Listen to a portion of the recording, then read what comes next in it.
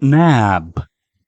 Ang ibig sabihin ng nab ay dakpin o hulihin o sunggaban ng isang tao kapag siya ay may nagawang mali, katulad ng pagnanakaw. The cop nabbed the thief who stole my phone. The traffic police nabbed the driver for overspeeding.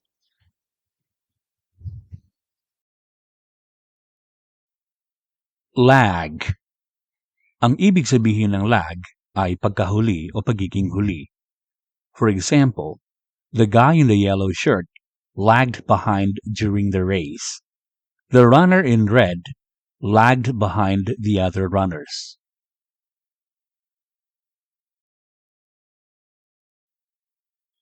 Wag.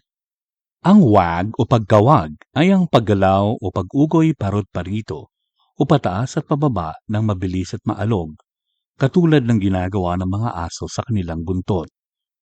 For example, the woman is wagging her fingers. The dogs are wagging their tails.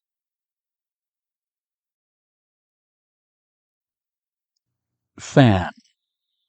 Ang salitang fan ay may dalawang kahulugan. Una, ito ay bentilador, pamaypay o abaniko. Pangalawa, ito ay ang tagahanga ng isang artista, politiko at iba pang sikat na personalidad. For example, we turned on the fan because it was very hot. The fans were very happy when they saw the famous actor.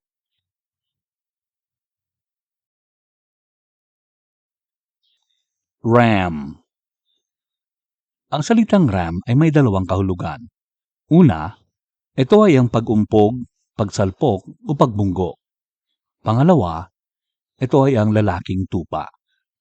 For example, the big truck rammed the cars. The bull rammed the car. The man is ramming the door.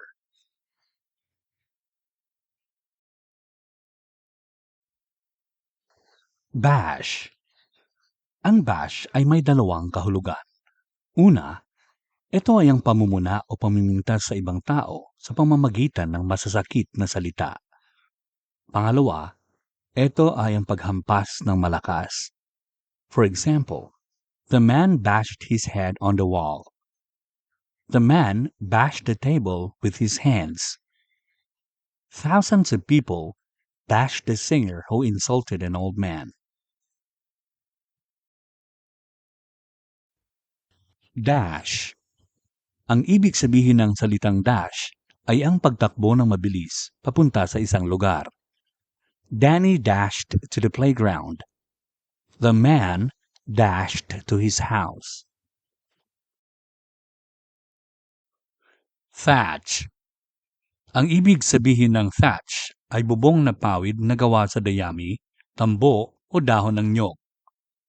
For example, the hut's roof is made of thatch. Pant. Ang ibig sabihin ng pant ay hingal o paghinga ng maikli at mabilis dahil sa pagod o excitement. For example, the dog is panting. The man is panting because he ran for 20 minutes.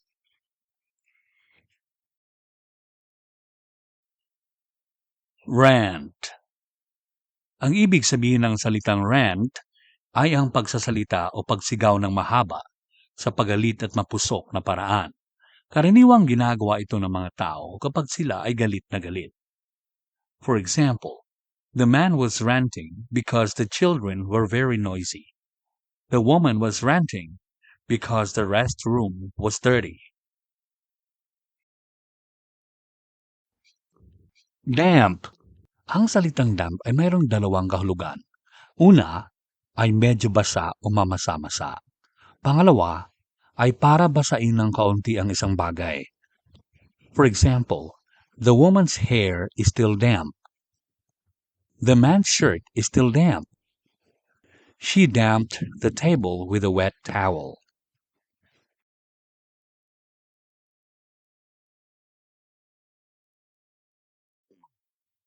Sand. Ang ibig sabihin ng salitang sand ay buhangin. The woman is walking on the sand. The sand is slipping through the man's hands. Ang tap ay ang pagpindot o pagtapik sa isang bagay ng malumanay at paulit-ulit. Kadalasan, ito ay gumagawa ng paulit-ulit na maiikli at matatalim na ingay.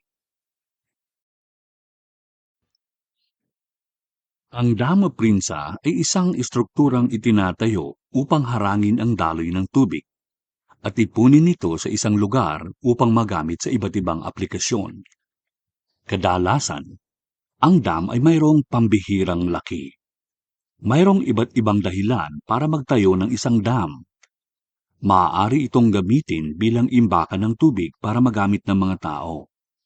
Maaari rin itong magamit upang makapagawa ng kuryente gamit ang enerhiya ng umaagos na tubig mula sa itaas ng dam.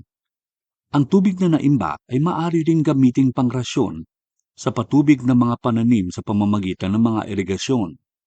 Magagamit din ang dam sa pagkontrol ng baha at pagprotekta sa mga lugar na maaaring maapektuhan nito. Ang nap o idlip ay ang pagtulog ng magaan o maikli ng ilang sandali, minuto o oras. Karaniwang ginagawa ito upang panandali ang mamahinga, partikular na sa tanghali o sa bandang hapon. Bilang paghahambing sa pagtulog na ginagawa ng mga manok, tinatawag din itong tulog manok.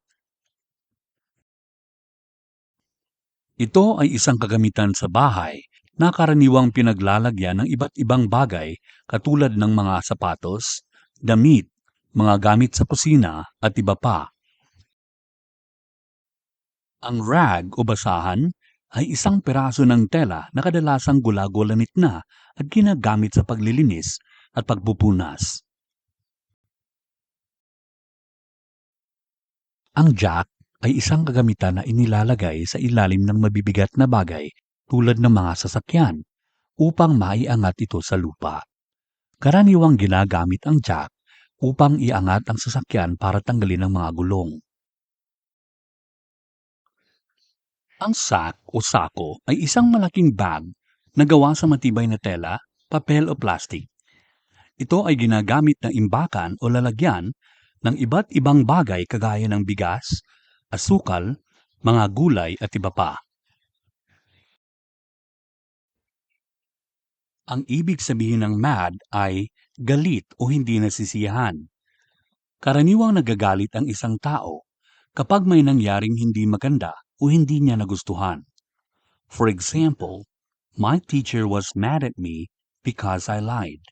Ang aking guro ay nagalit sa akin dahil ako ay nagsinungaling. Ang ibig sabihin ng sad ay malungkot.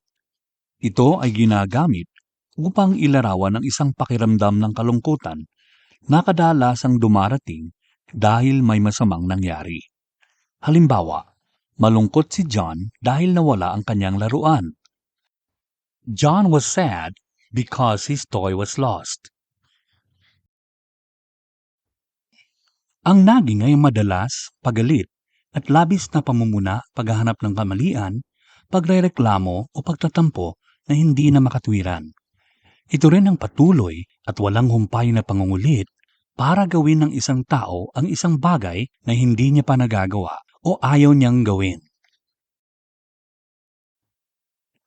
Ang path ay daan na mas maliit, maiksi, at makitid kung ikukumpara sa isang kalsada. Ang path ay kadalasang ginagamit ng mga taong naglalakad lang. Ito ay madalang o bihirang daanan ng mga sasakyan.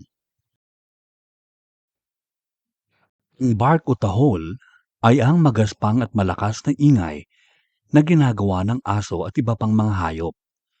Karaniwang tumatahol ang aso kapag sila ay natatakot, nagagalit, nasasaktan, nagugutom at nagugulat. Ang bank o bangko ay ang lugar kung saan pinapatago o iniipon ng mga tao ang kanilang pera. Ang mga bangko ay nagpapahiram rin ng pera sa mga tao upang matulungan silang magtayo ng negosyo o bumili ng mga bagay tulad ng bahay o sasakyan.